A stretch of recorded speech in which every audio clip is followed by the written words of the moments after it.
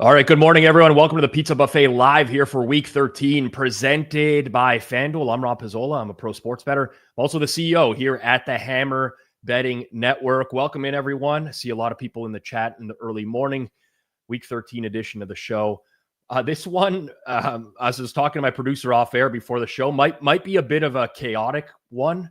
The Canadian Pacific holiday train is literally making a stop by my house this morning.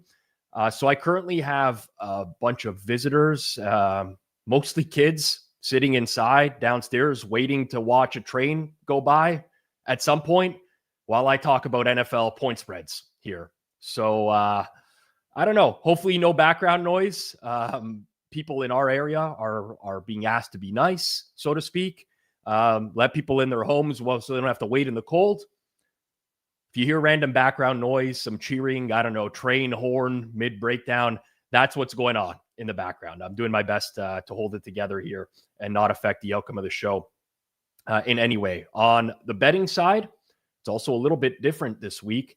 I'm pretty tight with my numbers relative to market in a lot of these games.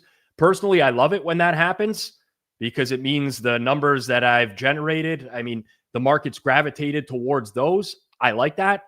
That's not ideal on your end if you've tuned in hoping for a bunch of brand new edges to fire on a Sunday morning, which I would never recommend doing anyways. But from my perspective, it's a good sign. And from a viewer perspective, well, it is what it is. That said, there are a few spots that I do like today. In a couple of those games, the line moved my way earlier in the week. It's since drifted back against me. So you're going to have to decide whether you trust the Pizza Man's opinion, Pizza Man being myself, for those that don't know, or the opinion of the broader market. Probably what I would trust, but regardless, I'm going to go through every game. I'm going to give you my thoughts, give you my numbers. Then, as always, you are free to do whatever you want with them. With that out of the way, let's get rolling. We're going to hit every game, sides, totals, props, whatever I think has value. I'll give you my numbers on everything. Always shop around, but make sure you check out FanDuel, our presenting sponsor. Just a couple of asks over the course of this stream. Number one, if you see any breaking news, please drop it in the chat as we go along here. Lets me stay focused on the show. I don't have to check my phone every few minutes. There are many players in the early games I'm looking for updates on. Tampa Bay corner Jamel Dean, I think he's going to play. Tennessee's left tackle, Dan Moore, who's more likely to play than not. The Rams, Poona Ford, Cam Kitchens, both up in the air on defense. For the Jets, Harrison Phillips on the D-line. I think he's likely in. Minnesota, left tackle Christian Darrisaw later on in the day. Not sure what's going to happen. If we get any updates on Dalton Kincaid for the Bills, that's another one that seems to be a toss-up. So please let me know down in the chat if you see anything in real time. Number two, if this is part of your regular routine and you get value out of the show, please take 2 seconds, smash that like button down below. Share this content out as well to whatever social media platform you're on. It always helps us get discovered, so that is very much appreciated. I see the chat is very lively here on YouTube. If you're on X and watching, totally fine. You can do that. If you want to jump in on the chat, share your opinion, ask me questions over the course of the stream, you can hop over, to the YouTube channel. Appreciate everyone tuning in. Let's get into it. In Week 13, including you, Mr. Fezzik, tuning in right now, hopefully I can give you a good prop look that can be released to customers later on in the show. That's what I'm hoping for. I will have done my job if I can convince you over the course of this show. Let's start it off with the Texans and the Colts. And taking a look at the current market as it stands right now, there's a lot to parse for this particular game. This has been one-way traffic all week. Every book on the board has taken Texans money in some capacity. We're now sitting at Colts -3, total 44.5. Now, the big story here, Daniel Jones. We found out late in the week he's dealing with a microfracture in his fibula. The practice footage, if any of you have seen it, pretty much confirmed it. He looks like a quarterback who can't push off. He can't really drive. He's clearly struggling. So suddenly, the recent drop-off in Indianapolis's offense makes a lot more sense. Everyone, including myself, kept pointing to the month-long stretch that they've played on the road as the explanation for why the Colts offense is dropping off. But it's very obvious that Daniel Jones' injury played a big role. And if he's as compromised as he looks, it'll be a real problem. And the market reaction towards Houston is justified. From an injury standpoint, otherwise, both teams are relatively clean. Jalen Petrie returns for Houston, a versatile defensive back for them, helps a defense that's already top 3 in generating turnover-worthy plays. That's one of the very clear mismatches in this game. Indianapolis ranks bottom 10 in the league in turnover-worthy play rate. They've been a little bit loose with the ball. Houston, one of the best teams in the league at forcing mistakes. So if Jones isn't mobile, he can't protect himself in the pocket, that mismatch only grows. There's an opportunity for some turnovers here. Now, on the other side, CJ Stroud back for Houston. He missed 3 weeks with a concussion. Historically, quarterbacks coming off multi-week concussions often have what I would call like a slow ramp-up game. You tend to see fewer explosives. You tend to see more conservative play. I wouldn't necessarily expect fireworks from the Texans offense out of the gate, but who knows for certain? This is just an educated guess. But Houston doesn't need fireworks necessarily to be competitive here. They just need Stroud to function within structure and hope that their defense can hold up. Now, the Colts can still run the ball. This is the one area where they have a material advantage. Indy, number 1 in the league in avoided tackle rate. Jonathan Taylor's done a great job of breaking tackles this year at an elite level. Houston's run defense, actually bottom 6 in missed tackles. That's exactly the wrong profile you want when you're facing Jonathan Taylor. Even if the Colts don't lean heavily on like man, duo run concepts, the talent edge is there in the backfield.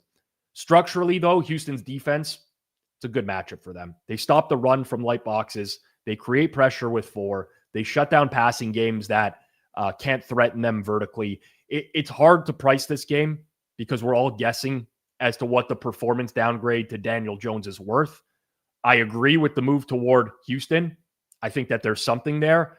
But if I had a lean at this point in time, it's probably towards the under in the game.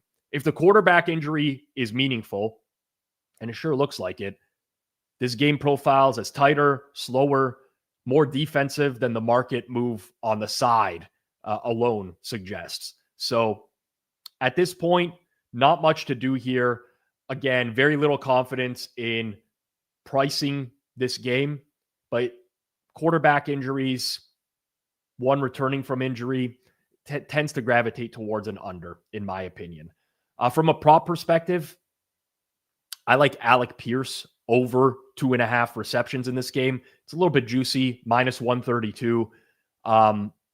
Frankly, just too low for a player that gets 90% of snaps in what is projected to be a close game where he'll see the field quite a bit. One of the weaker plays on the prop card today for me of the ones I'm going to give out, but I think Alec Pierce's number is a little bit too low in the reception market. All right. Tampa, Arizona is up next. Just pulling up my BetStamp Pro odds screen here just to see where we're at. Okay. So this line that's sat at Tampa -3 most of the week. The moment we got Baker Mayfield news where he was announced as expected to play, the market immediately pushed it to -3.5. Total sits at 44.5. Honestly, the movement makes sense only because the alternative is Teddy Bridgewater. The downgrade from Mayfield, even if he's hurt, to Bridgewater at this point in Teddy's career would be massive, in my opinion. But that doesn't mean that the Bucs are suddenly a great team to bet. It's a team that I'm not very high on, and I've been talking about this for a while. Let's start with Baker. He's going to play. He's not healthy. He's been dealing with the oblique injury for half the season. Now he adds a non-throwing shoulder injury on top of it. And you've seen not only this season, but in past seasons, that Baker is willing to play through injuries that negatively impact his game. One of the biggest value adds for Baker Mayfield is his ability to extend plays and create on the move. An anchored, like immobile version of him is just not the same quarterback. And it turns this offense into being far more static and predictable. Now, Arizona's injury report is still rough as well, but this is the healthiest they've been in a few weeks. Marvin Harrison Jr. going to return from his, having his appendix out. Will Johnson is back at corner, finally giving them a real cornerback room. The right side of the O-line, though, still a big concern. Jonah Williams is on IR. Will Hernandez is out. I think they actually also placed him on IR. Kelvin Beachum is their swing tackle. He might not play today. That's all relevant because Hassan Reddick also returns for Tampa Bay today. He will be lined up over some of those backups. So Arizona's going to have to live with that mismatch for the entirety of the game. But the Cardinals also have some meaningful positives. Jacoby Brissett has been solid for a month now. He's above average in EPA, tops in the league in CPOE. He's been excellent against pressure and blitz looks, which is exactly what Todd Bowles is going to throw at him in this game. TA pointed this out this week on our channel, but Jacoby Brissett has faced Todd Bowles 3 times in his career. He's averaged 25 points per game, positive EPA in every single meeting. And now with Harrison back, Michael Wilson emerging, Trey McBride obviously operating as a top-end tight end, this Arizona passing attack is much more viable than it was earlier on in the year. The key matchup obviously is pressure here. Tampa Bay, top 5 in pressure rate, top 3 in blitz rate. Arizona's O-line below average in giving up pressure. So yes, Brissett is going to see heat, but he's been dealing with that all year. The Cardinals are second in neutral pass rate since he took over, largely because they've been trailing in a lot of these games. But you can throw on this Todd Bowles defense, and this is the most thrown on defense in the entire league. On the flip side, Tampa Bay's passing game has a lot of statistical edges against this defense. But remember, it only matters if Baker can function. The Bucs are number 1 in avoiding quarterback hits. Arizona's bottom 10 in generating them. So you would think it could be a clean pocket game, but a lot of that is because Baker can typically move around, and that's just not a given here. At full health, this is a Buck spot, in my opinion, but we're nowhere near full health. Baker's compromised. Bucky Irving is back, but he's on a pitch count. If Teddy has to come into this game at any point, that's a catastrophic downgrade. Arizona's offense is also much more complete than it's been in recent weeks. I don't love the game, but to me, this is Cardinals or nothing at current market. That's the way that I would approach it. From a prop look perspective, I like Chris Godwin under 30.5 receiving yards. I believe it's minus 112. Just going to double check that before I came to air. Played 25 snaps in his return last week. The team has been talking about gradually ramping him up as the year goes on. I don't think all of a sudden he's going back to like 50, 60 snap count here. Probably going to see him in a similar type of range. And I just don't think you can price his receiving yards in this range for what the snap count is. Also, used to be a big-time yak guy. He just does not look the same as the Chris Godwin in the past. So that's the look. Godwin under passing yards. Jacksonville, Tennessee in the AFC South is up next. This number opened, I think, Jacksonville -7 pretty much everywhere in market. And it's been Titans money pretty much all week. A lot of sharp shops touched 5.5 yesterday. And we're still sitting there now at a lot of spots, including here at FanDuel. Expensive 5.5. Some spots at 6 as well. Total at 42. The early weather concerns for this game, which were heavy rain, sloppy field, all that, they appear to have cleared out. Most of the rain has fallen already. To me, the total now becomes much more interesting. From the injury side of things, things broke very favorably for Jacksonville late in the week. Brian Thomas Jr. is back. Hunter Long is back. The position group that, was really struggling for a while looks the healthiest it's been in over a month. Now on defense, Travion Walker missing is a big deal. He's their best edge opposite Josh Hines-Allen. The secondary is still not very good. Eric Murray remains out again. That's the one area where Jacksonville really can't afford like any attrition. They just don't have a good secondary. But the offense is now fully functional, and to me that matters a lot. Tennessee, meanwhile, dealing with some legitimate issues up front. Their center, Lloyd Cushenberry, is out. Their left tackle, Dan Moore, he practiced in a limited capacity all week. The expectation is that he plays, but it's still something to monitor because Jacksonville has been much more aggressive with their blitz packages in the last month. And that could be a real problem if Tennessee's down 2 O-linemen. But again, I think Moore is expected to play. Matchup-wise, this game, in my opinion, has more points in it than the current number suggests.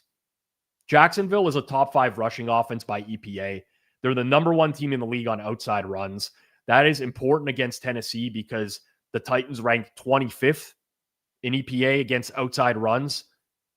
The Jags don't, they run a lot of different concepts. I don't want to say they're this outside zone running team, but when they do run it, it's definitely extremely efficient for them. They're 1.1 yards over the league average, and Tennessee is 0.8 yards per carry over the league average on those exact looks on defense. So Jacksonville, a very clear schematic edge, in my opinion. In the passing game, another thing, Jacksonville, top 5 in clean pocket rate. They've kept Lawrence clean. Tennessee is not very good at generating pressure. So if the Jags can run the ball, stay ahead of the chains, I think Trevor Lawrence is going to have a lot of room to operate from here. And as much as I don't like Trevor Lawrence, they do have an offensive-minded head coach. They have been able to put up some big numbers on some teams, including 35 against the Chargers a couple weeks ago. The Titans offense, on the other hand, also trending up. We hear G-Stack George talk about this on Forward Progress every week. Titans are trending up. Now they're actually trending up. They've covered 3 straight games. I mean, a lot of it's been fluky along the way, but they've played a lot of good defenses recently, including Houston, Seattle recently. Every defense they faced this year is ranked top 20 or better in EPA. I've seen very real improvement from Cam Ward and this staff. Play calling, it's not a great offense, but where they were early in the year relative to now, seems like it's night and day. The one concern I would have is that Tennessee and Cam Ward have struggled against the blitz this year. Jacksonville's blitzing at the 8th highest rate in the entire league. So when the Jags send heat, they might be able to get home, but that also creates volatility. You sometimes get big plays out of that. You sometimes get turnovers out of that. Given the total is 42, any volatility here, I think, leans towards a little bit more scoring. With the weather concerns gone, with both offenses in much better shape than they were a couple weeks ago, matchup edges for Jacksonville on the ground, Tennessee showing signs of growth, I just think this total is a little bit too low. So where the side is at right now, no strong opinion, but I lean over 42 in this game at the current total. From a prop look perspective, very similar to my feel on this. Trevor Lawrence, his passing yard number is 216.5.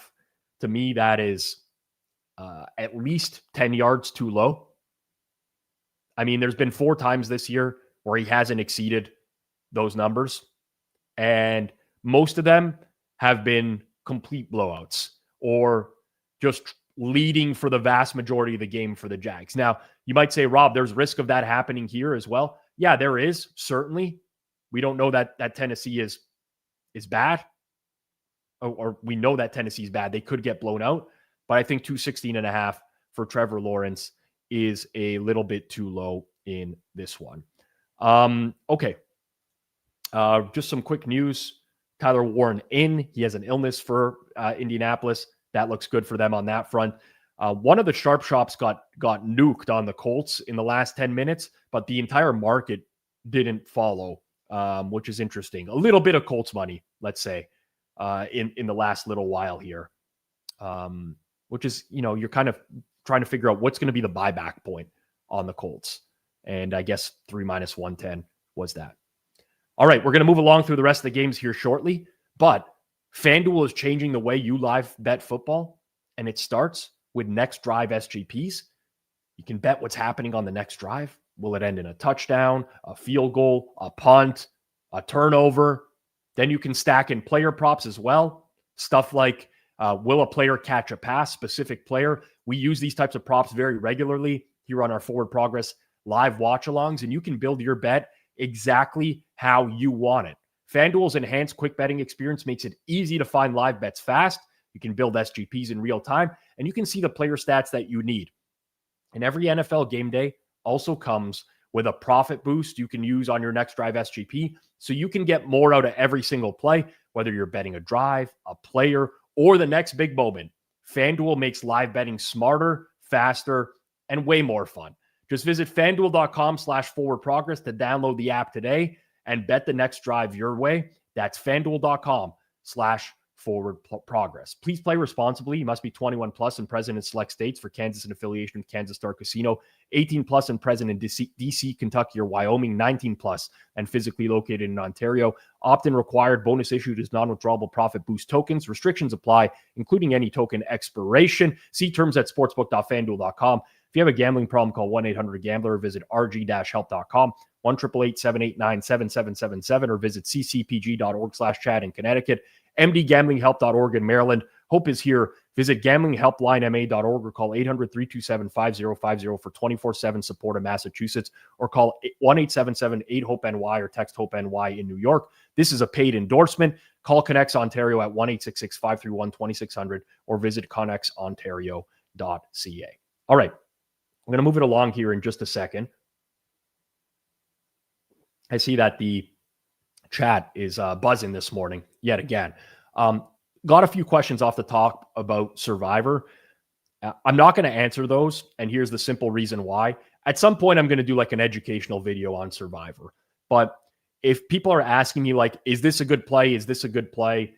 I don't know, because what you should really be trying to do in a lot of these pools, especially at this time of year, is project what the ownership is going to look like in your pool specifically. So for example, let's just say randomly you have two teams that are a touchdown favorite, and you think one of them is going to be 50% owned. This is an extreme. And the other is going to be 10% owned. You want to be on the touchdown favorite that's going to be 10% owned, not the one that's 50, right?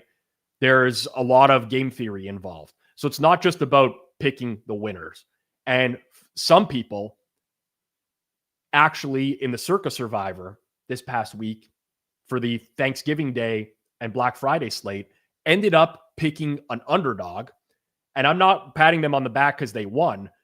I'm patting them on the back because it was actually extremely smart for some people to actually do that. When you ended up seeing the amount of ownership that was on the Eagles and the Ravens, it actually made sense to potentially take underdogs in those spots, even if you had those teams remaining. So you gotta understand expected value when it comes to Survivor pools. Like, should Miami beat the Saints today? Yeah, they probably should win. But without projecting out what other people are going to be on, it's irrelevant. Your goal is to win Survivor, right? People say, you just got to pick the teams to win. Well, you also don't want to split a pot with like 100 people at the end of the year. You want to win. So expected value important. At some point, I'll drop a video on that. In the early window, let's keep it going. Panthers hosting the Rams. This number's been pretty stable all week for the most part. Just doesn't seem like a ton of market interest in this game. As it stands right now, mostly 10.5s in market. Some 10s popped yesterday. Totals around 45 right now. Weather could matter here. There's a real chance of rain. There could be some pockets of heavier downpour in this game, so that's something you would want to monitor. Maybe some live betting angles if you see it start to pour really quickly. From an injury standpoint, it's pretty clear which team is walking into this matchup compromised. The Rams have a couple of late week concerns. Their nose tackle, Poona Ford, popped up with a calf injury on Friday. Safety Cam Kitchens went DNP limited with a shoulder. Both of those matter. I'm not saying they don't. Ford has been excellent anchoring the interior this year. Kitchens is a very good, versatile coverage player. None of that compares to Carolina's situation, though. Offensively, they are down their center, Cade Mays, the right guard, Chandler Zavala. Again, that's a very bad recipe against the Rams defensive front that ranks top 5 in both rush EPA and pass EPA allowed. Interior pressure has ruined Carolina drives all year. This matchup tees up more of the same. On the perimeter, Carolina is just not a team built to throw from behind. They're 30th in pass rate over expected. Bryce Young has struggled in almost every zone-based metric. The Rams play top 10 rate of zone. It's just troubling for them. Defensively, it's arguably worse for Carolina. J.C. Horn is out with a concussion. Their safety, Trayvon Moehrig, is suspended for punching a guy below the belt. Christian Roseboom is still out. Backup linebacker, still out. They get Trayvon Wallace back, but this is still a very extremely thin defense at the second and third level. And that matters because the Rams have one of the most efficient passing offenses in the NFL. Number 1 in EPA per dropback, top 5 explosive rate. Matthew Stafford, if you give him a clean pocket, he is arguably the best quarterback in football with a clean pocket this year. And he's going to see a lot of clean pockets here because the Panthers aren't generating very much pressure. So the schematics all tilt towards LA. Obviously, they're 10.5 point favorite. But on top of that, I just think that this number is a bit short. It's really tough to see the paths for the Panthers to have success in this game. I mean, it's the NFL.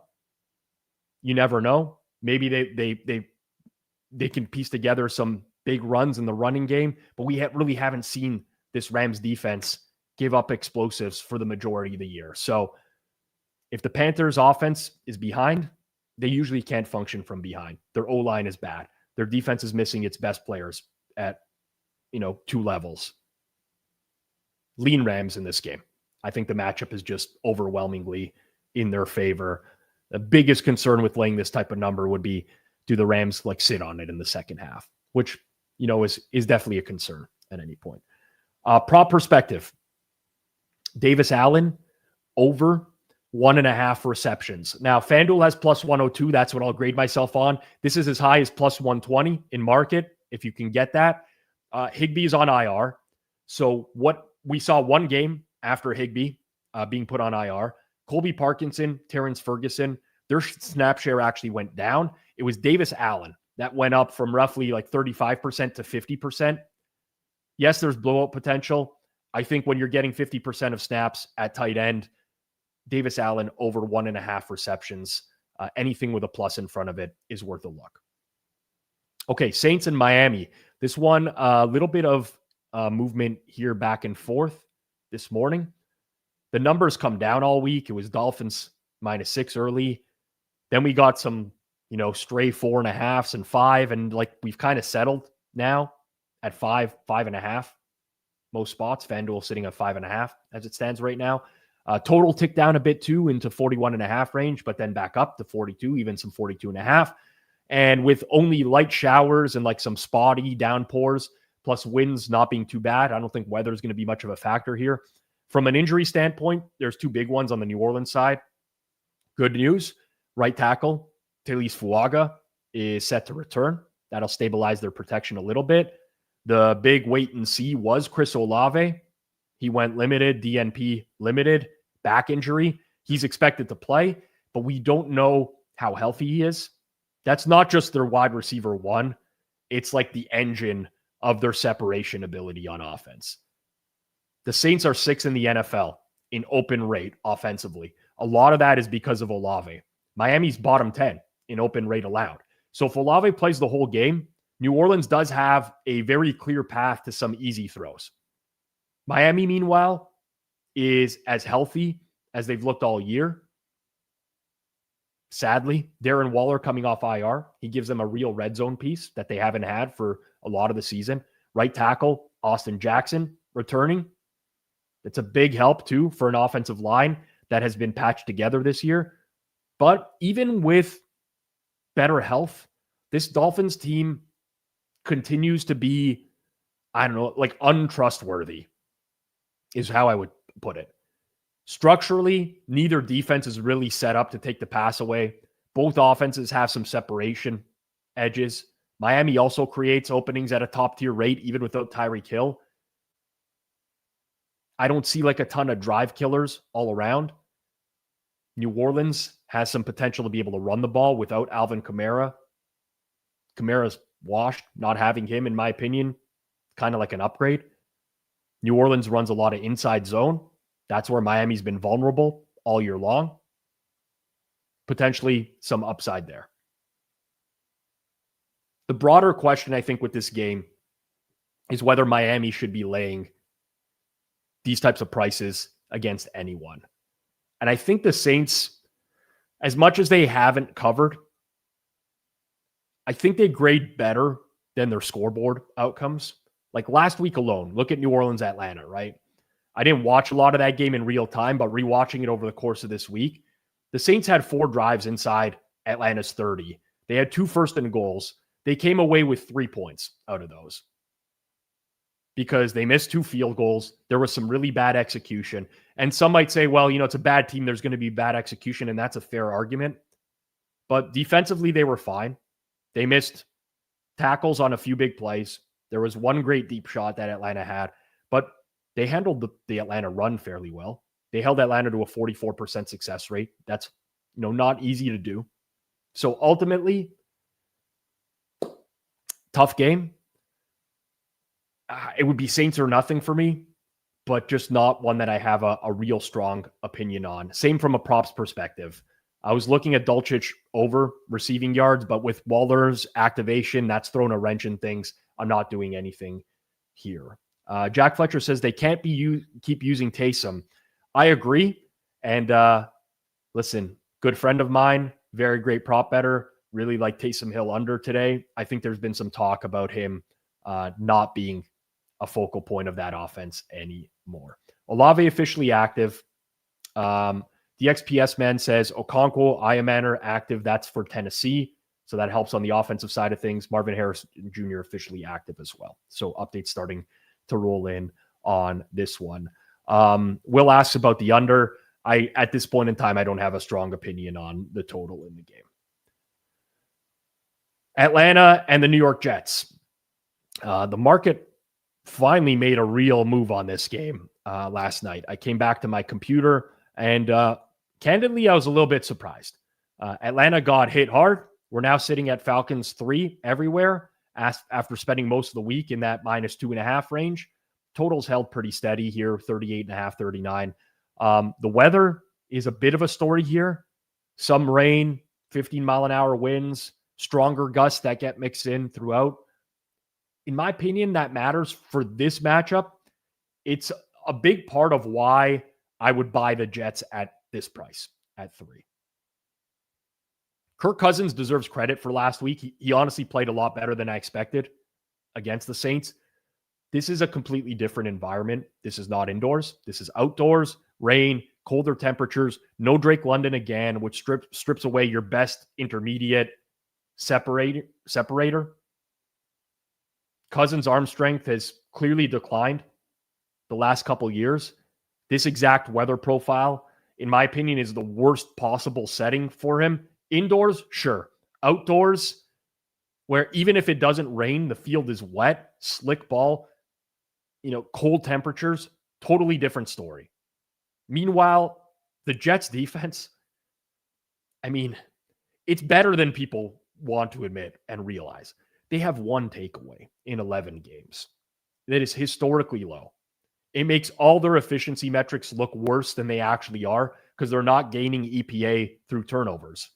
Next lowest team in the league at generating turnovers is at 6. They have 1.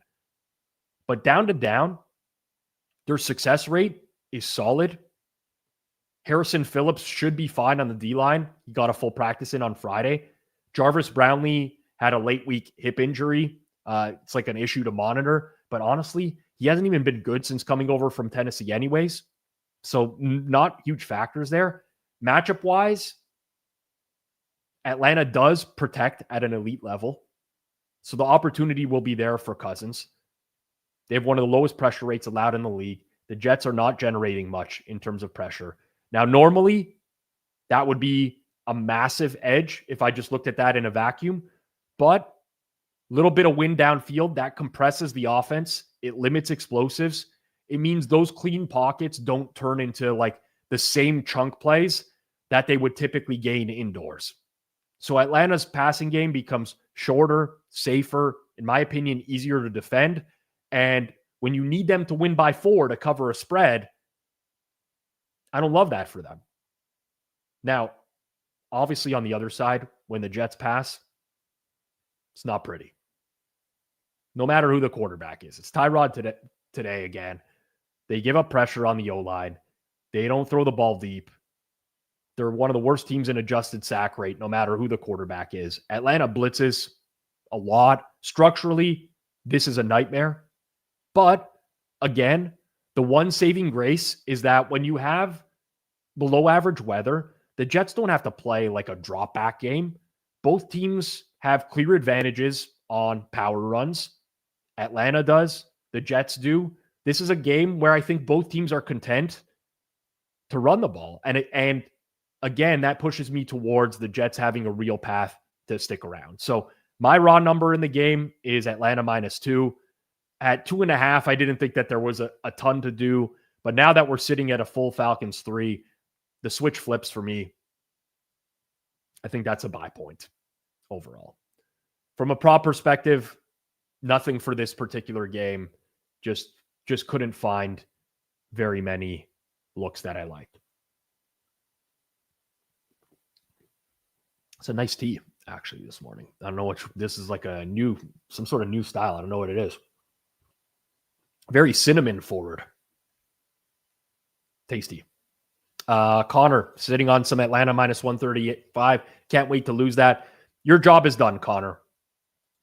I mean, you made a good bet.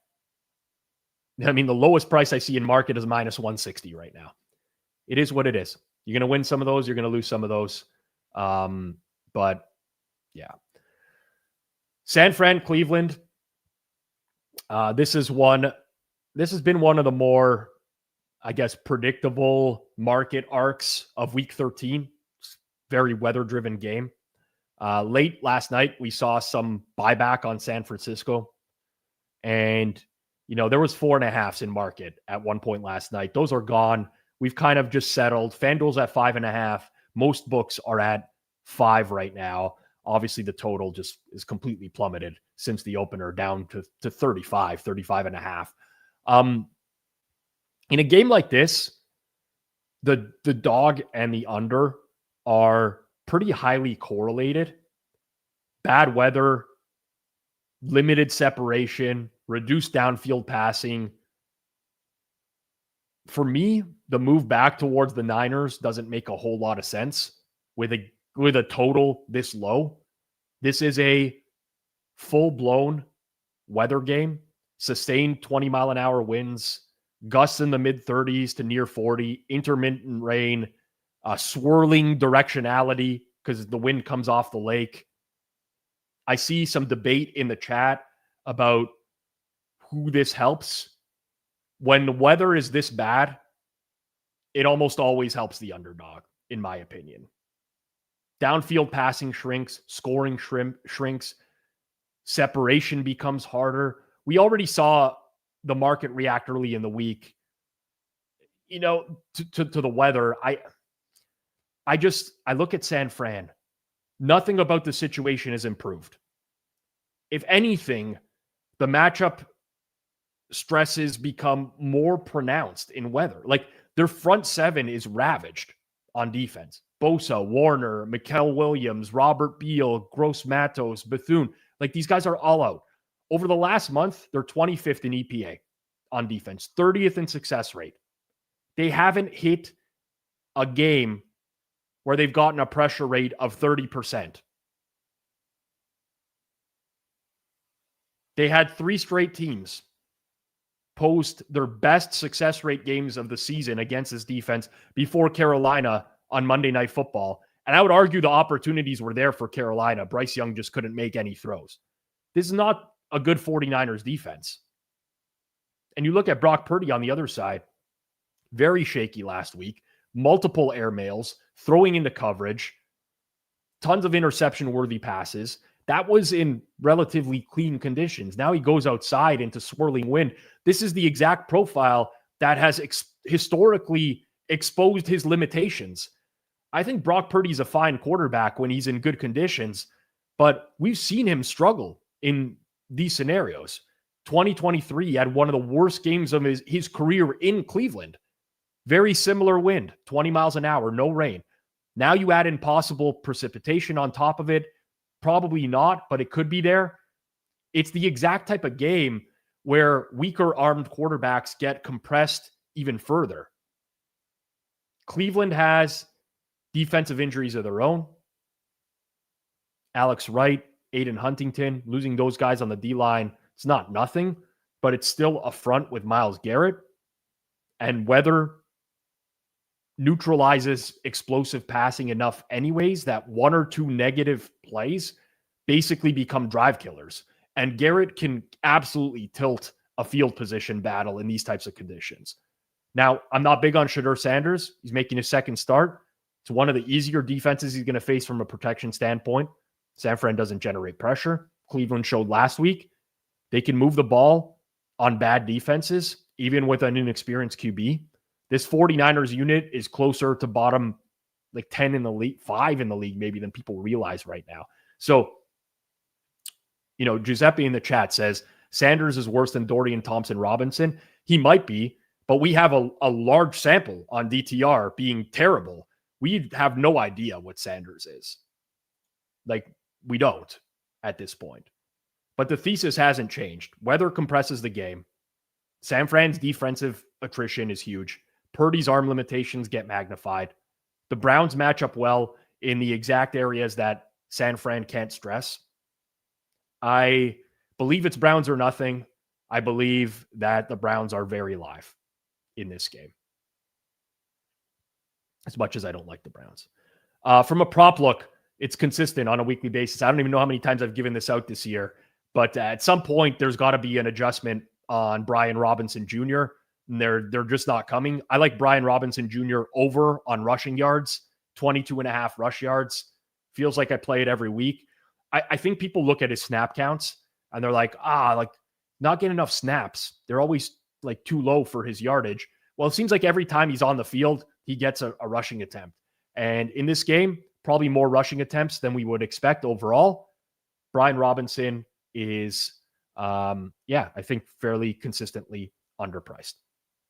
All right, we're going to move to the late window here in a second. If you're enjoying the show or you've picked up even one thing that helps you in your betting, do me a favor, hit that like button, subscribe to the channel. It helps more than you probably think with the YouTube algorithm. It tells me you actually want more of this type of content, and it tells YouTube the exact same thing. It's the easiest free way to support what we're doing here at Forward Progress. So like, sub, all that jazz, and let's get back into it.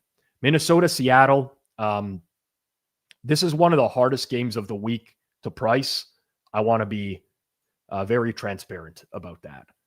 I don't know what Max Brosmer is going to be at the NFL level. We got no regular season snaps. We got no real comparables. He's stepping into about as brutal a matchup as you could draw for a first start. Seattle's defense is elite. They can pressure with 4. They're healthy at the right positions. The Vikings O-line is falling apart on the left side. So the market has treated this exactly how you would expect. The early week 10s, 10.5s are gone. Now you're looking at 11.5 to 12.5 in most places. Total roughly around 41. The number's probably right in this range just because of how extreme the downside is for Minnesota's offense. Donovan Jackson out at left guard. Christian Darrisaw, their left tackle, dealing with knee and foot injuries. He's listed as questionable. Even if he plays, this is far from a 100% version of this O-line. So you have a third-string quarterback behind an injured left side of the O-line against a 4-man pass rush that ranks second in pressure rate and does it without blitzing. That's the exact defensive profile that would overwhelm an inexperienced quarterback. The matchup reflects that too. Minnesota's bottom 3 in pressure allowed, bottom 5 in clean pocket rate. Now, they've had O-line injuries all year, but man, this is tough for them. The one small silver lining for Minnesota is on defense. If Jonathan Greenard is able to return, which it looks like he will, that's a big help for their edge group. Brian Flores' blitz schemes do have a path to stressing this Seattle offense. They know Sam Darnold really well. And the Seahawks offense has shown some vulnerability when the interior pocket collapses as well.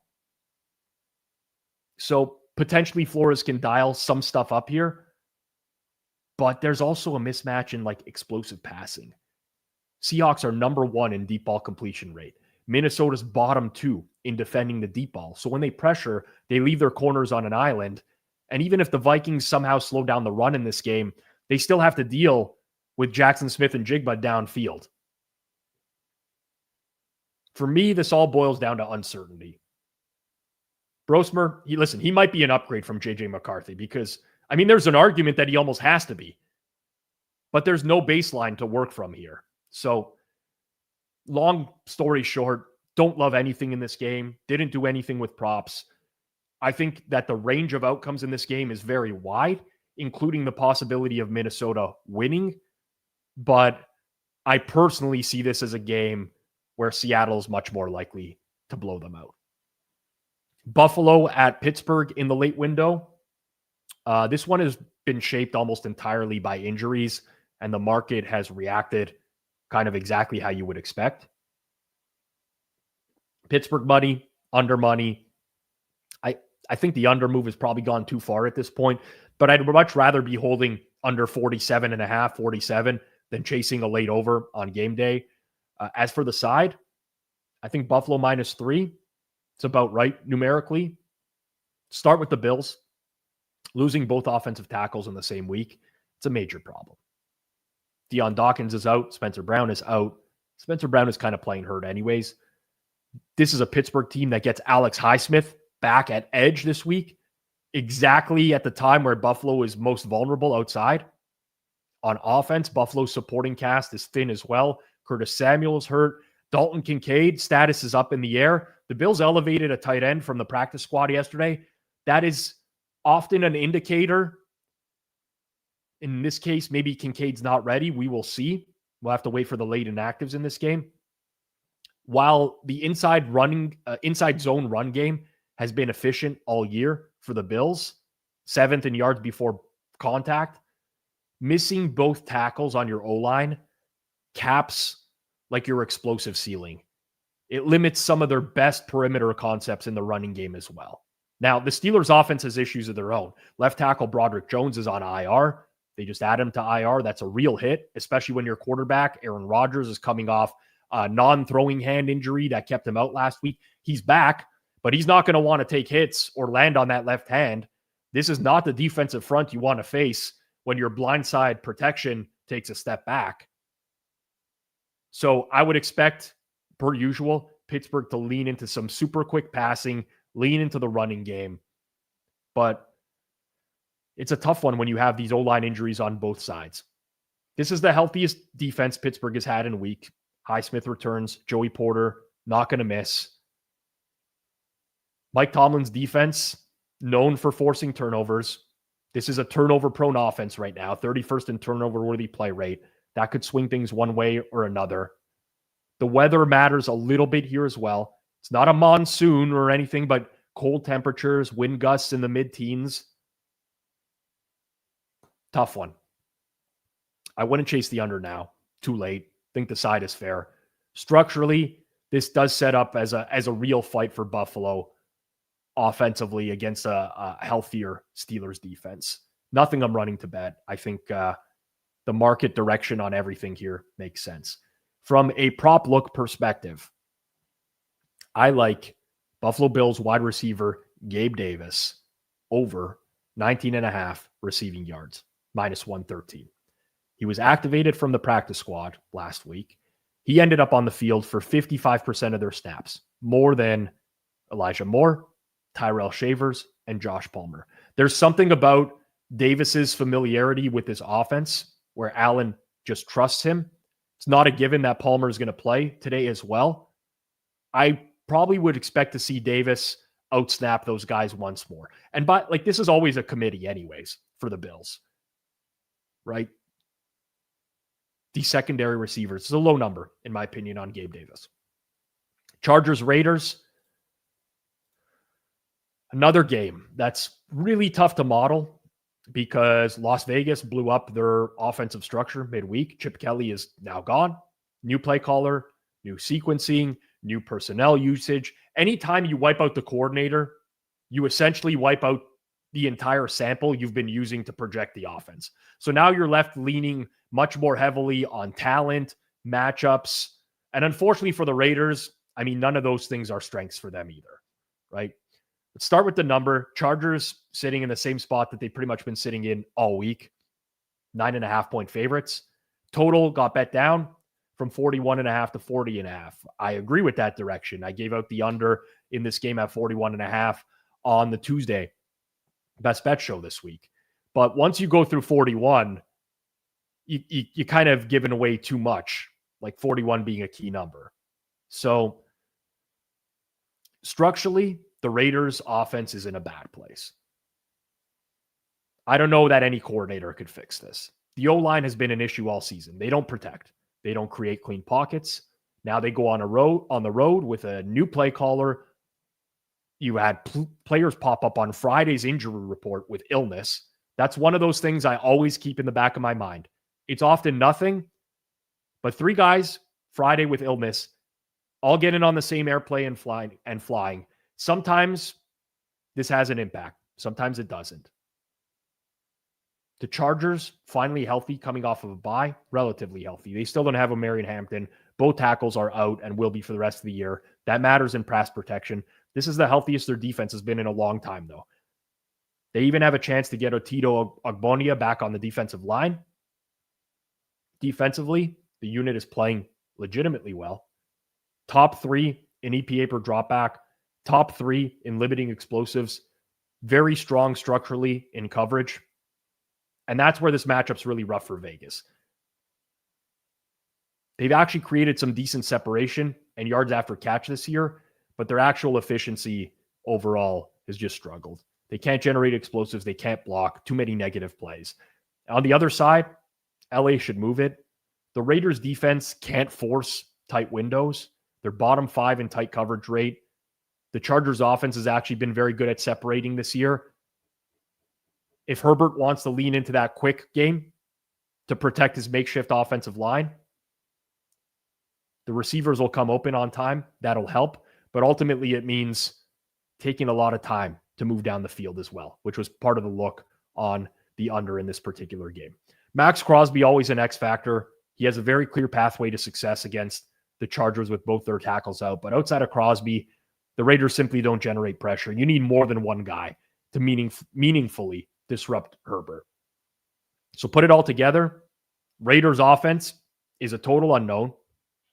Chargers defense, healthy, playing at a high level. Chargers offense has a separation matchup advantage. They can probably get some looks in the power running game as well. But that's not enough for me to have conviction one way or another in this particular game. If you force me to play something, I'd still lean towards the under. But I think after you get through 41, there's not a whole lot that you can do here. All right, before we get into tonight's Broncos-Commanders matchup, quick reminder, right after Sunday Night Football wraps up, we are live with the Sunday Reset over here on Forward Progress. It's myself, it's Clive Bixby. We go through and recap the entire day that was, what mattered, what didn't, injuries, misleading box scores, all of it. Then we're going to look ahead to next week's slate, week 14. We'll try to identify any early value on the board. Not a lot of plays last week, a lot of plays the week prior. Who knows what it's going to look like? But we've built a really strong track record doing this over the years.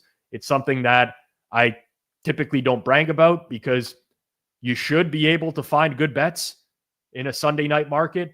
But I honestly think it's a very, very valuable show. So if you haven't tuned in before, check it out tonight right after Sunday Night Football. It's going to be on the Forward Progress channel. Make sure you're subbed.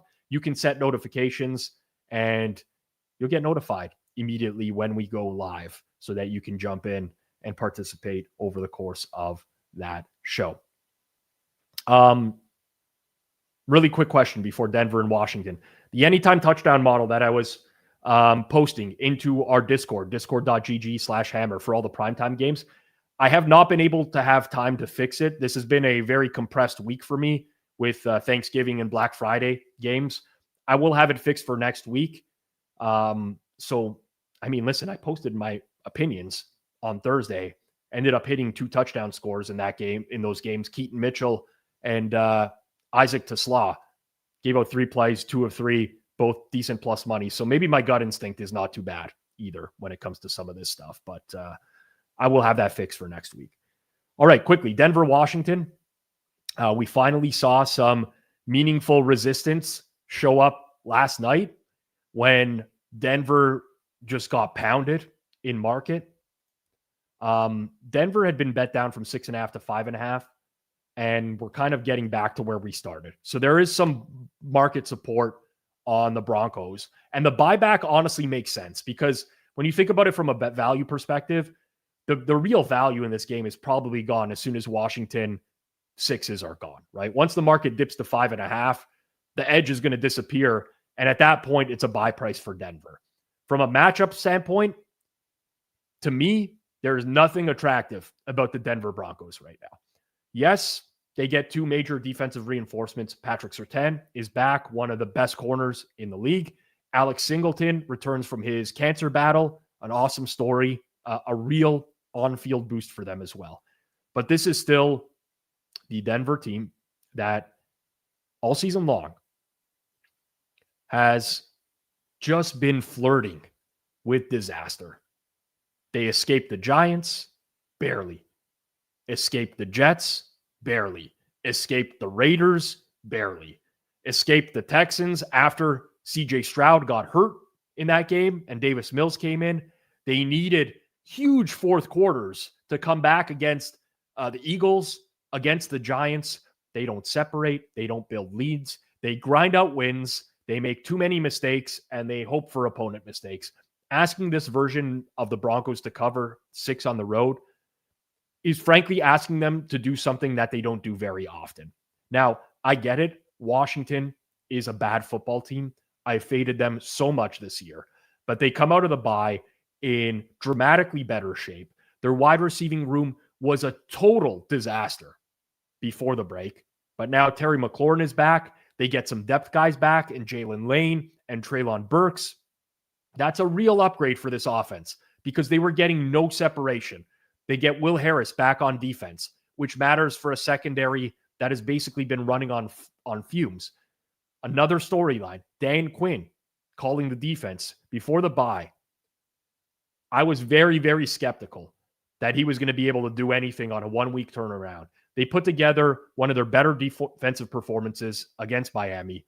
There was far more disguised coverage, simulated pressure. He mixed coverage shells a lot more. Now he gets a full 2 weeks to fine-tune it even further against what I consider to be a bad quarterback in Bo Nix.